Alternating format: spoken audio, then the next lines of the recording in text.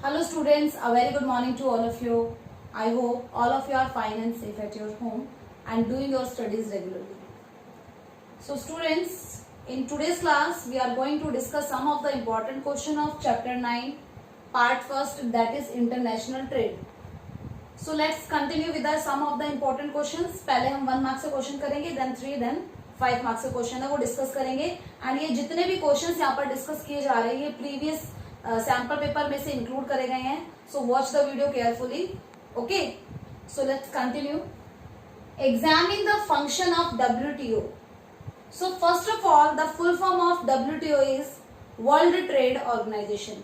Different countries के बीच में जो ट्रेडिंग होती है उसके लिए रूल्स एंड रेगुलेशन को बनाता है ये ऑर्गेनाइजेशन. सो मेन फंक्शन क्या है इसका? Set rules for global trading system. World में जो डिफरेंट कंट्रीज हैं उनके बीच में आपस में जो ट्रेड होता है उसके लिए रूल्स कौन सेट करता है? WTO. And promote free and fair trade. ये देखता है कि कोई कंट्री है वो अनफेयर मीन्स यूज नहीं कर रही है ट्रेड के लिए. मीन्स कि अपनी कंट्री से उन्होंने एक्सपोर्ट तो कर दिया दूसरी कंट्री में सामान, लेकिन वो इंपोर्ट नहीं कर रही है, तो ये अनफेयर ट्रेड हुआ कि अगर वो दूसरी कंट्री में सेल कर सकते हैं अपने प्रोडक्ट्स को, so why they stop the other countries to buy their products in their country. कि अपनी कंट्री में वो दूसरी कंट्रीज की जो कंपनीज है उनको प्रोडक्ट सेल क्यों नहीं करने दे रहे हैं. सो अनफेयर मैनर में ट्रेड ना हो ये भी देखता है कौन? WTO. Okay, second question is what is barter system. So trading system में क्या होता है कि एक्सचेंज ऑफ गुड्स, हम मनी देकर के कोई भी गुड्स है उनको एक्सचेंज कर लेते हैं एक कंट्री दूसरी कंट्री के साथ में, या लोकल ट्रेडिंग भी होती है, एक ही कंट्री में लोग ट्रेडिंग कर रहे हैं. ओके, सो हिंदी में इसे व्यापार कहा जाता है. बार्टर सिस्टम एंशिएंट टाइम में इसे वस्तु विनिमय, वस्तु विनिमय मतलब exchange of goods without the use of money. जब मनी का इन्वेंशन नहीं हुआ था, इंटरनेशनल करेंसी नहीं थी, तो जो गुड्स हैं उनका जो एक्सचेंज है वो गुड्स के बदले में ही होता था. सपोज एक फार्मर है एंड एक शू मेकर है. अब फार्मर को शूज चाहिए तो उसे पहले वो ग्रेन है वो देना पड़ेगा शू मेकर को, देन उसके बाद में शू मेकर उसे इतने शूज देगा. तो यहाँ पर मनी काम नहीं कर रही, बल्कि दोनों एक दूसरे की जो कमोडिटीज है उसको यूज कर रहे हैं एक्सचेंज प्रोसेस के लिए. Okay, so this is the barter system. Buying and selling of goods without the use of money. बिना मनी के बाय एंड सेलिंग गुड्स का, that is called the barter system, जिसे हिंदी में हम वस्तु विनिमय कहते हैं. ओके, सो ट्रेडिंग की प्रोसेस है वो वस्तु विनिमय बार्टर सिस्टम से स्टार्ट हुई थी. उसके बाद में जब कंट्रीज की इंटरनेशनल करेंसी आ गई उसके बाद में जो ट्रेडिंग का प्रोसेस है वो with the help of money होने लगा. Okay, next term is trade liberalization. So one term is trade barrier. इसके साथ में हम देख लेते हैं. ट्रेड बैरियर का मतलब है इंपोर्ट एंड एक्सपोर्ट लगा देना, कि हमारी कंट्री है वो दूसरी कंट्रीज के साथ में इंपोर्ट भी ना कर पाए एक्सपोर्ट भी ना कर पाए. ट्रेड बैरियर लगा दिया मतलब टैक्स को इतना बढ़ा दिया कि अगर हमारी कंट्री के लोग दूसरी कंट्री में सामान बेचेंगे तो वो भी इतना ज्यादा महंगा हो जाएगा कि कोई इसको खरीदेगा नहीं. और दूसरी कंट्री से अगर कोई सामान हमारे कंट्री में आता तो उस पर भी टैक्स लगा दिया, वो इतना महंगा हो गया कि हमारी कंट्री में उसको कोई नहीं खरीद रहा है. तो मतलब हम जब नहीं चाहते दूसरी कंट्री के साथ में ट्रेड करना तब पुट करे जाते हैं ट्रेड बैरियर. और जब इन ट्रेड बैरियर को रिमूव कर दिया जाता है, हटा दिया जाता है, सो फ्रीली ट्रेड करने के लिए, फ्री ट्रेड करने के लिए liberalization means removal of trade barrier. Import and export taxes हैं उनको हटा देना, रिमूव कर देना, that is the trade liberalization. Okay, next question is favourable balance of trade. Trade process में फेवरेबल एंड अनफेवरेबल दोनों कंडीशन होती है. Favourable condition means two terms are there, export import, और हिंदी में हम इसे कहते हैं निर्यात एक्सपोर्ट को एंड इंपोर्ट को आयात. आयात का मतलब आना. जब दूसरी कंट्री से सामान हमारी कंट्री में आ रहा है दैट इज आयात. ओके, एंड हमारी कंट्री से दूसरी कंट्री में जा रहा है दैट इज निर्यात. सो फेवरेबल कंडीशन कब होती है? फेवरेबल कंडीशन तब होती है जब हम दूसरी कंट्री से सामान तो कम मंगवा रहे हैं, लेस, लेकिन दूसरी कंट्री में सामान ज्यादा भेज रहे हैं. इसका मतलब क्या? हमें ज्यादा प्रॉफिट हो रहा है कि सामान तो हमने कम मंगवाया है तो हमें कम पैसा खर्च करना पड़ेगा, जबकि दूसरी कंट्री में हम सामान ज्यादा भेज रहे हैं तो वहां से पैसा आएगा, फॉरेन करेंसी आएगी, वहां से हम पैसा कमा रहे हैं। सो किसी भी कंट्री के डेवलपमेंट, इकोनॉमिक डेवलपमेंट का इंडिकेटर है फेवरेबल बैलेंस ऑफ ट्रेड। अब आपने बस फेवरेबल और अनफेवरेबल में दो ही चीजें लर्न करनी है कि फेवरेबल में हमारा एक्सपोर्ट ज्यादा होता है, दूसरी कंट्री को हमने सामान ज्यादा भेजा है, और इंपोर्ट हमारा कम होता है फेवरेबल कंडीशन में। सो ये तो किसी कंट्री के लिए इकोनॉमिक डेवलपमेंट का एक इंडिकेटर है कि हाँ इकोनॉमिक डेवलपमेंट हो रहा है, अच्छी बात है किसी भी कंट्री के लिए। लेकिन इसी का अपोजिट आ जाता है, सपोज कर यहाँ पर अनफेवरेबल आ गया, और आपसे पूछ लिया is this a indicator of economic development, ये इकोनॉमिक डेवलपमेंट का इंडिकेटर है, तो आप यहाँ पर नो लिखेंगे। क्योंकि अगर हम किसी कंट्री से ज्यादा सामान मंगवा रहे हैं और उसको बेच कम रहे हैं, दूसरी कंट्री में सामान हमारा कम बिक रहा है और हम दूसरी कंट्री से सामान ज्यादा बेच रहे हैं, तो अनफेवरेबल होगा। मीन्स हमारा एक्सपोर्ट कम है, इंपोर्ट ज्यादा है, that is unfavourable condition of trade. और इसी का अपोजिट वाइस वर्सा कि हमारा एक्सपोर्ट ज्यादा है, इंपोर्ट कम है, सो ये फेवरेबल ट्रेड है एंड ये किसी भी कंट्री की इकोनॉमी के लिए एक डेवलपमेंट का इंडिकेटर है। Okay, what are the naval ports. अब पोर्ट्स हमने देखे, सी पोर्ट्स होते हैं जो भी कोस्टल एरियाज के पास में पोर्ट्स बनाए जाते हैं, जहां पर शिप के मूवमेंट, शिप के लिए एक स्टॉपेज होता है जहां से लोडिंग रिलोडिंग करी जाती है कमोडिटीज की। So ports play important role in trade system. Trading में एक इंपॉर्टेंट रोल प्ले करते हैं port. So port different type के होते हैं, तो हमें यहाँ पर नेवल पोर्ट के बारे में पूछा गया है। नेवी, आपने वर्ड सुना होगा नेवी, हमारी जो फोर्सेस है डिफेंस फोर्सेस, उसमें जो कोस्टल रीजन में स्ट्रेटेजिक वैल्यू जिसका इंपॉर्टेंस है that is navy. So navy के अपने शिप्स होते हैं जिनको वारशिप के लिए यूज किया जाता है एंड उनका मेंटेनेंस यहाँ पर इन पोर्ट्स पर किया जाता है। सो नेवी पोर्ट में कोची लिख सकते हैं, कोयम्बटूर लिख सकते हैं, विशाखापट्टनम लिख सकते हैं। हमसे एग्जाम्पल पूछा 1 मार्क्स में 1 लिखेंगे तो इनफ है, बट मैंने आपको यहाँ पर और भी बता दिया, कोची आप लिखिए, Coimbatore, Visakhapatnam, these are naval ports.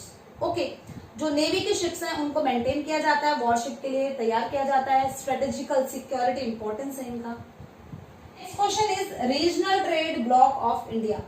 Different country किन कंट्रीज के साथ में ट्रेड करेगी, तो अपने ब्लॉक बनाती है ये कि 6 कंट्री और 7 कंट्री और एशियन कंट्रीज और अफ्रीकन कंट्रीज, उन्होंने मिलकर के अपने अपने ब्लॉक्स बना रखे हैं, मीन्स किनके साथ में वो ट्रेड करेगी। सो इंडिया का एक रीजनल ब्लॉक का नाम पूछा है, so that is SAFTA.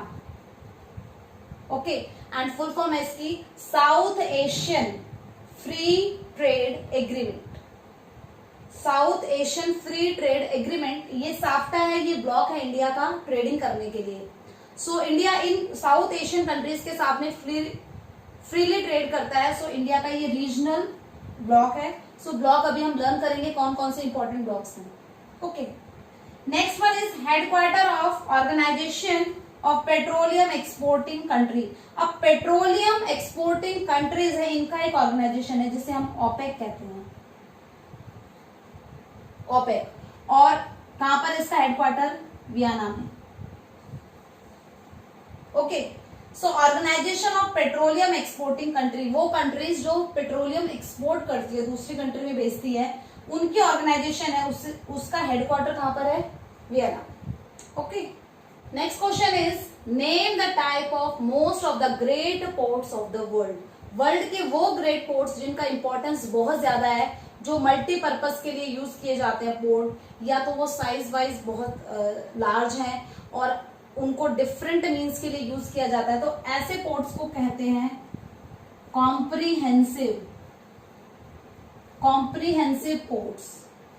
Okay, सो ये भी सैंपल पेपर में क्वेश्चन पूछा गया था कि जिनका ग्रेट इंपॉर्टेंस होता है, ग्रेट पोर्ट्स होते हैं वर्ल्ड के, उनको क्या नाम दिया गया, उस टर्म के लिए यूज किया जाता है comprehensive ports. Categorize international trade into 2 types.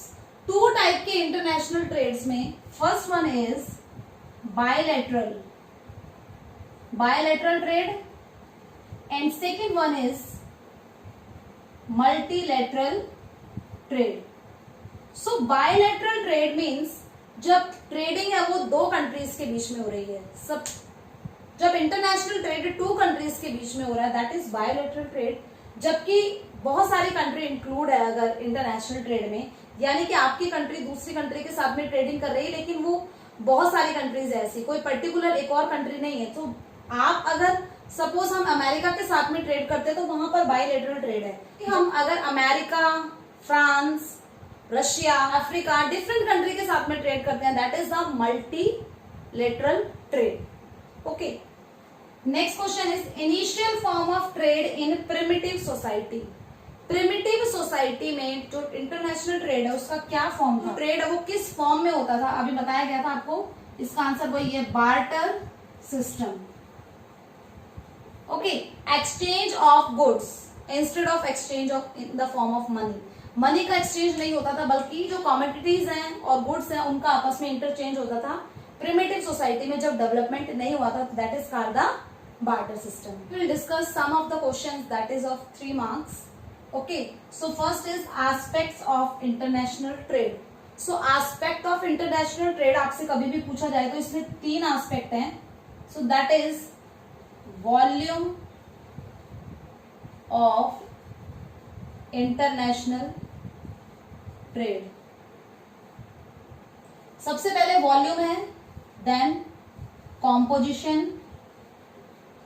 composition of international trade, and third one is direction.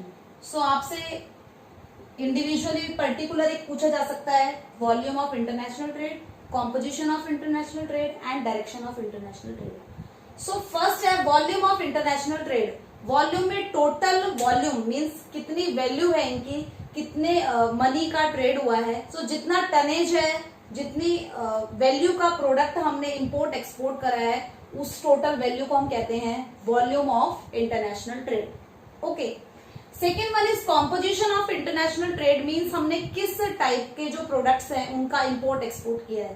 Primary product हमने रॉ मटेरियल एक्सपोर्ट इंपोर्ट करे हैं, और हमने मैन्युफैक्चरिंग जो गुड्स हैं उनका इंपोर्ट एक्सपोर्ट करा है।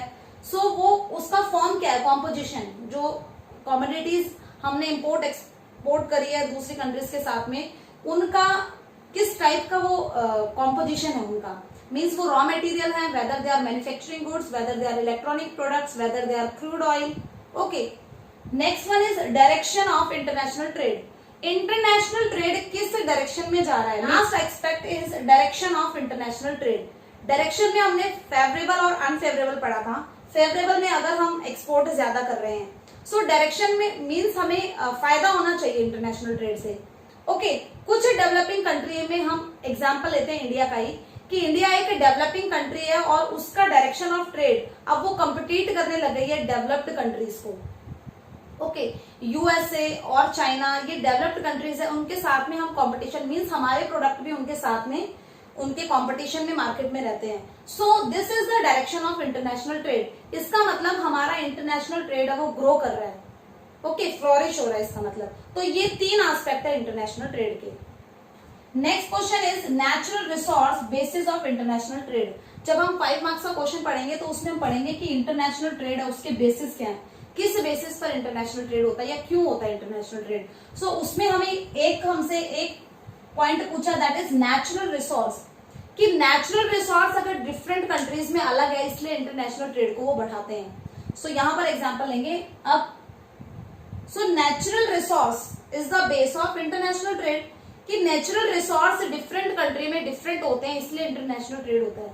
सपोज करिए पेट्रोलियम ऑयल के जो वेल्स हैं वो इंडिया में कम है, यूरोपियन कंट्रीज में ज्यादा मिलता है क्रूड ऑयल। सो हम वहां से इंटरनेशनल ट्रेड करेंगे, और हमारी कंट्री में अगर कोई मिनरल मिल रहा है तो दूसरी कंट्री में हम एक्सपोर्ट करेंगे।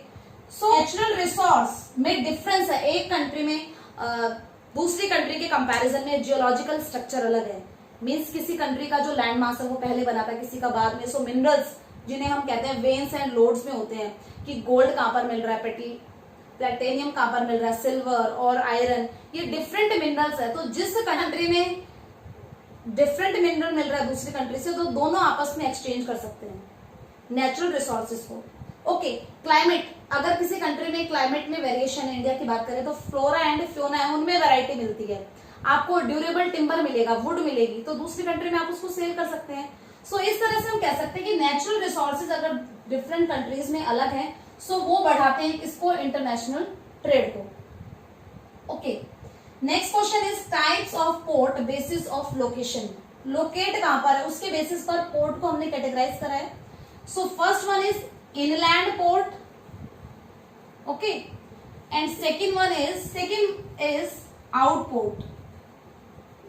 सो इनलैंड पोर्ट मीन्स कोई पोर्ट है वो कंट्री में काफी इनर पार्ट में है, मतलब कोस्टल एरिया पे लोकेट ना होकर के इनर पार्ट में है और किसी रिवर या कैनल से जुड़ा हुआ है। वो सी से किससे जुड़ा हुआ है? किसी रिवर या कैनल से। ओके, सो कोलकाता का अगर हम एग्जांपल ले, कोलकाता एक इनलैंड पोर्ट है, वो थोड़ा सा आप देखेंगे तो इनर इंडिया के कोस्टल एरियाज को छोड़ के थोड़ा इनर साइड में है, that is the inland port. And out port जो बिल्कुल लोकेट होते हैं सी के पास में, आउट पोर्ट जो मेन लैंड है उससे दूर पर, जो मेन लैंड है उसके आउटर एज पर है जो, उन्हें आउट पोर्ट कहते हैं। ये सी से डायरेक्ट कनेक्टेड है ये पोर्ट। ओके, जबकि जो इनलैंड पोर्ट है वो मेन लैंड में इनर साइड में थोड़ा सा लोकेट होते हैं। ओके, सो लोकेशन के बेसिस पर टू टाइप के पोर्ट हैं। Next question is port are the gateway of international trade. कि इंटरनेशनल ट्रेड का गेटवे मीन्स एक तरह से एंट्रेंस है। इंटरनेशनल ट्रेड तभी पॉसिबल हो पाएगा तब किसी कंट्री में पोर्ट होंगे। सो क्या इंपॉर्टेंस है पोर्ट का? कि पोर्ट्स के थ्रू हम इतना बल्कि मटेरियल या जो पैसेंजर्स हैं वो एक जगह से दूसरी जगह पर जाते हैं, नंबर ऑफ पीपल है वो एक जगह से दूसरी जगह मूवमेंट हो सकता है, या कार्गोज जितना भी कमोडिटीज है उनका लार्ज क्वांटिटी में मूवमेंट हो सकता है दूसरी कंट्री में। सो ये किसकी वजह से पॉसिबल हो पाया है? पोर्ट्स की वजह से, क्योंकि जितनी भी शिप है आपकी वो उनका स्टॉपेज वहीं पर होना चाहिए ना, सो पोर्ट पर उनका स्टॉपेज होता है। दूसरा, फैसिलिटीज प्रोवाइड करता है, आपने सामान को लोड करके दूसरी कंट्री में ले जाना है बेचने के लिए, जिसे हम एक्सपोर्ट बोलते हैं। सो उसके लिए पोर्ट चाहिए। या इंपोर्ट, दूसरी कंट्री से सामान हमारे कंट्री में आ रहा है तो उसकी अनलोडिंग होगी, या आपको दूसरी कंट्री में सामान सेल करना है, लोडिंग होगी उनकी। एंड स्टोरेज की फैसिलिटीज भी, कि ऐसा नहीं है कि क्योंकि सामान आया है और उसको ट्रक में भर के ले जाया जा रहा है इंडस्ट्री तक, तो स्टोरेज भी होती है कि टाइम पीरियड होता है कि 15 डेज तक का टाइम दिया उन्होंने कि इंडस्ट्री वाले की जो इंडस्ट्रीज है वो 15 डेज में जो अपना सामान उनको ले जाएंगे। सो स्टोरेज की फैसिलिटी होती है, अनलोडिंग होती है, लोडिंग होती है, कहां पर? पोर्ट्स पर। एंड अट्रैक्ट द इंडस्ट्रीज, कोई भी इंडस्ट्री है जो एक बल्कि मटेरियल को एक्सपोर्ट करती है या इंपोर्ट करना है उसे दूसरी कंट्री के रॉ मटेरियल पर वो डिपेंड है, तो उसको एक अच्छी साइट प्रोवाइड होती है जहां पर नियर बाय पोर्ट होगा। सो पोर्ट फैसिलिटी होने से इजीली इंपोर्ट एक्सपोर्ट किया जा सकता है, इंडस्ट्रीज को अट्रैक्ट करती है ये। So these are some of the importance of ports. की मतलब डायरेक्ट क्वेश्चन भी पूछा जा सकता है कि इंपॉर्टेंस बताइए पोर्ट के। और ये स्टेटमेंट क्योंकि हमारी बुक में ये काफी बार पूछा गया है कि पोर्ट्स हैं, they are the gateway of international trade, कि इंटरनेशनल ट्रेड की एंट्री तभी होगी, हम दूसरी कंट्री के साथ में ट्रेड तभी कर पाएंगे तब पोर्ट होंगे। ओके, सो 3 मार्क्स है तो 3 पॉइंट है उनको हम एक्सप्लेन करेंगे। Next one is advantage of free trade. Free trade को अगर हम बोले तो यहां पर लिबरलाइजेशन भी आ सकता है। लिबरलाइजेशन मतलब इंपोर्ट और एक्सपोर्ट दूसरी कंट्री के साथ में फ्रीली होना, कोई ट्रेड बैरियर नहीं रखना, सारे ट्रेड बैरियर है उनको रिमूव कर देना जिससे फ्रीली ट्रेड हो एक दूसरी कंट्री के साथ में। सो उसका इंपॉर्टेंट एडवांटेज यही है कि इकोनॉमिक डेवलपमेंट हमारे कंट्री का तभी पॉसिबल होगा, हमारे इंटरनेशनल मार्केट में वैल्यू, हमारे प्रोडक्ट्स तभी सेल होंगे तब हम फ्रीली ट्रेड करेंगे वहां। So students, it's all about today's class. I hope all of you understand that questions. So right this question in your fair notebook and learn them. Okay, learning is the must. सबसे important work जो आपका है वो learning है। सो पहले इनको right करिए, then इनको लर्न करिए। Okay, so best of luck for your studies. Thank you.